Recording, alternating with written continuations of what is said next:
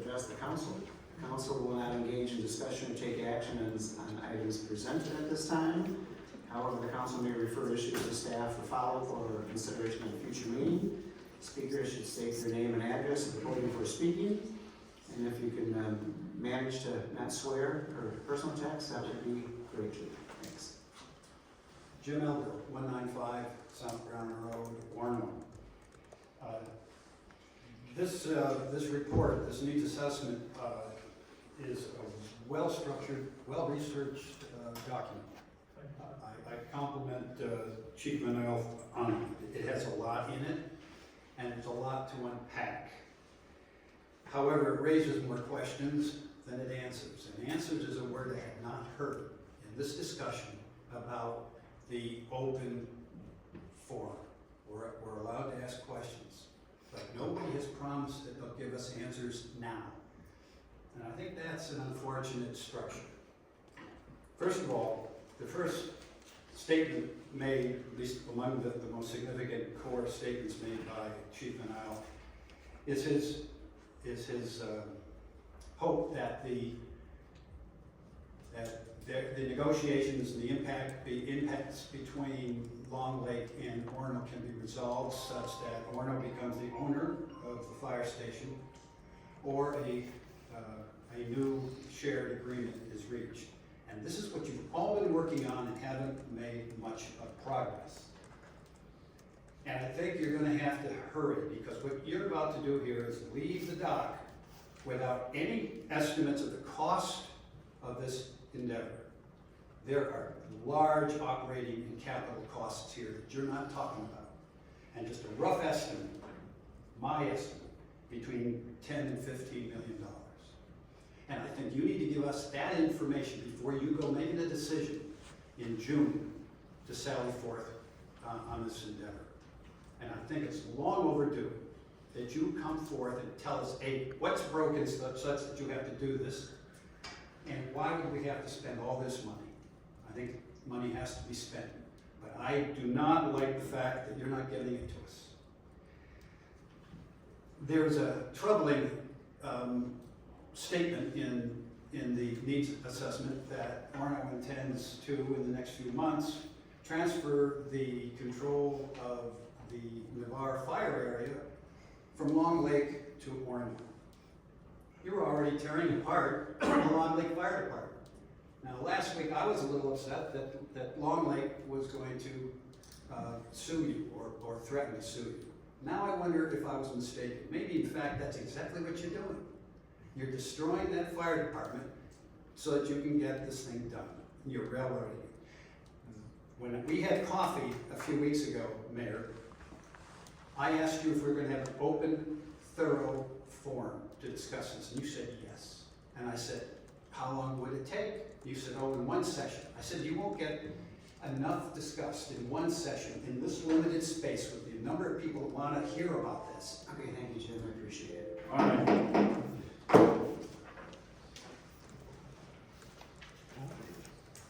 Nancy Branningham, 3185 County Road 6.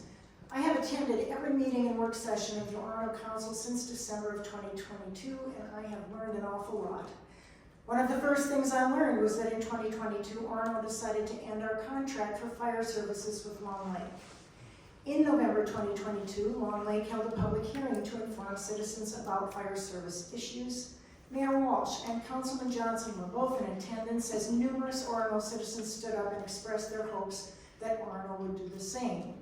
On January 9th, 2023, I stood before this council and made the first of my 3 requests for a public hearing in Orono. Many others have also done that.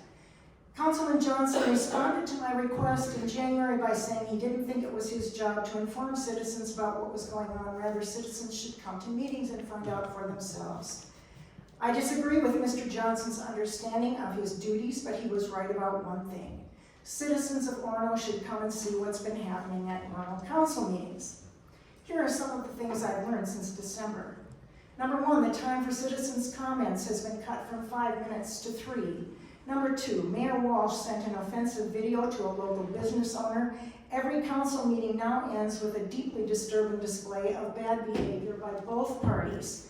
Citizens have requested that council take action for the sake of restoring peace. Council has shown no willingness to do so.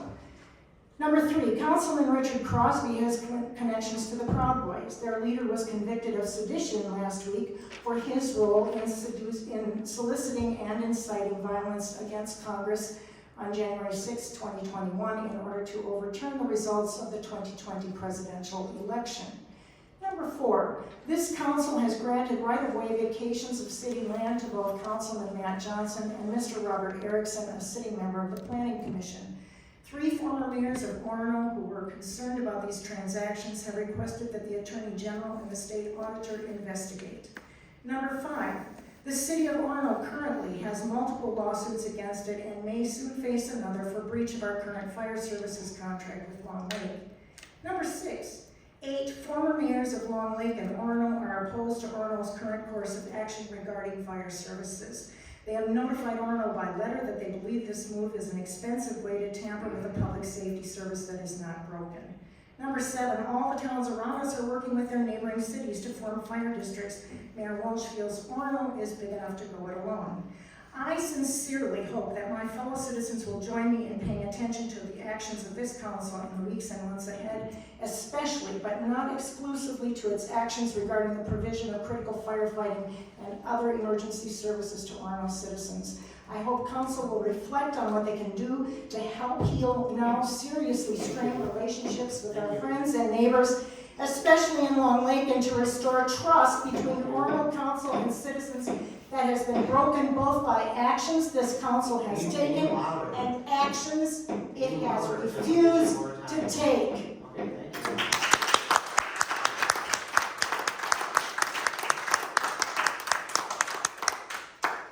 Thank you. Henry Branningham, 3185 County Road 6. I sincerely hope that my fellow citizens will join us in paying attention to the actions of this council in the weeks and months ahead, especially but not exclusively to its actions regarding the provision of critical firefighting and other emergency services to Orono citizens. I hope council will reflect on what they can do to help heal now seriously strained relationships with our friends and neighbors, especially in Long Lake, and to restore trust between council and Orono citizens that has been broken both by actions this council has taken and actions it has refused to take. And I will add that this process you just approved is not what's been requested. What are you afraid of?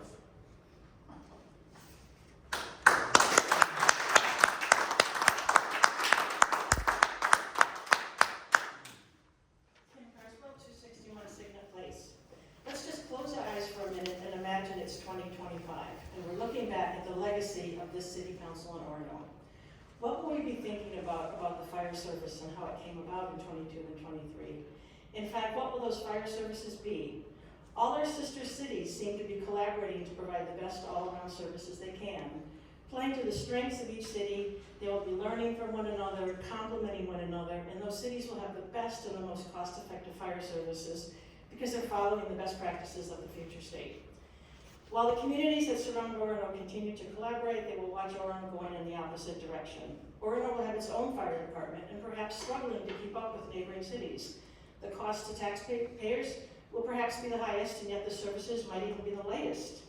We will be saying that no one thought this approach was a good idea at that time, and here we are today realizing that concern.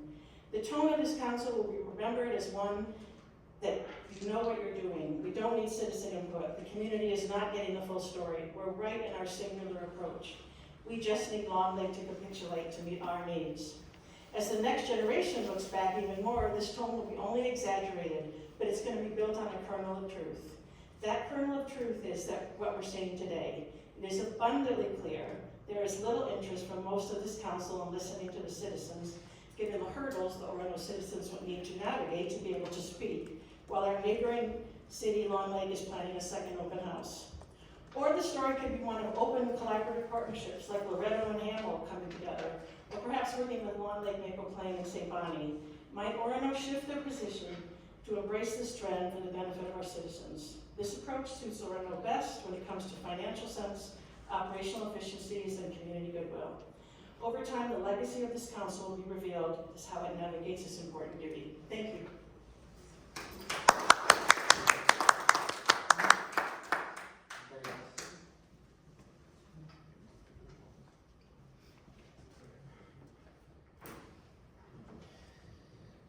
Brad Erickson, 2485 Independence Road. Where is Mr. Crosby tonight? One full meeting since November. If he's having a difficult time with things, maybe he had to step down. Elected officials have a duty and a responsibility to represent and serve their entire community while upholding democratic values and promoting equality and inclusivity. Engaging with hate groups goes against these very principles and is highly inappropriate and damages the public they swore to serve. Such engagements also undermine the public trust and perpetuate discrimination and prejudice, while contributing to the normalization of hateful ideologies. When election officials are found to be engaging with hate groups, it is imperative for concerned citizens to hold them accountable. Public pressure, media scrutiny, activism can shed a light on these actions and raise awareness about the harm they cause. In specific cases, political parties or other elected officials, pay attention to this one, other elected officials may also take steps to distance themselves from individuals found to be involved with hate groups or engaging in hate speech. It is crucial for communities to foster an environment that rejects hate and intolerance, and elected officials play a vital role in setting an example through their words and actions, and need to be held to a higher standard. Therefore, it is important to support leaders who uphold principles of inclusivity, respect, and equality for all members of the community. Moving on to the chairman of the Minnesota GOP's response to my emails to him regarding the videos you sent me. The Minnesota Republican, he viewed the video. The Minnesota, and that's David Hahn, by the way. The Minnesota Republican Party rejects any comparison between mask mandates and the Holocaust. Because the Holocaust was such a unique and terrible event in human history, I would also like to point out that the Republican Party of Minnesota last year at the state convention adopted a very strong statement condemning anti-Semitism and supporting the state of Israel as the ancient homeland of the Jewish people. He also says he is not familiar with the United Spot, which apparently you're familiar with, and whatever it is. It has nothing to do with the Minnesota GOP. And I'm speaking for, I'm reading him, quote unquote. I do not know Mayor Walsh personally, and I do not know what his political opinions are. As you may know, local elected officials are nonpartisan, and even though the mayor may be a Republican, he was not endorsed to be a mayoral candidate by the Republican Party, has no official position in the party, and does not have authority to speak for the party. Anybody else who would like to come up tonight? Your future is sealed in the party. Listen, You may want every to time. go with an independent party or something. Sealed. Hi, Janie Delaney, 1315 Woodhill Avenue. And I have one big question. Why won't you listen to us?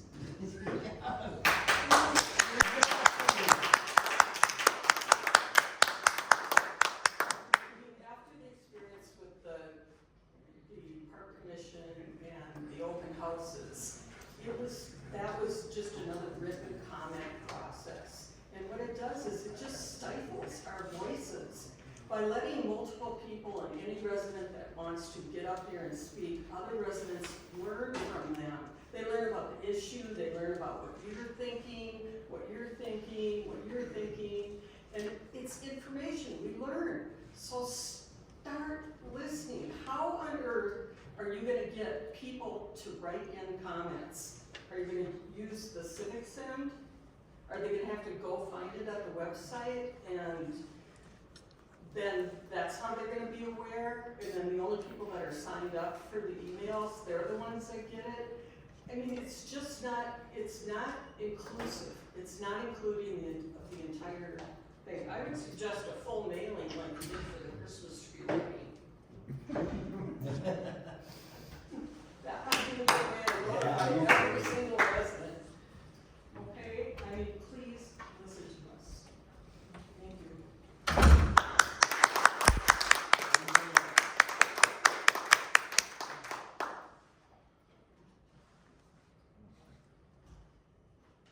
Jay Nygaard, 1386 West Point Road, longtime Warner resident, and I sat up there, actually I think right there and then there as a city councilman myself and as a planning commissioner, so I understand what it's like.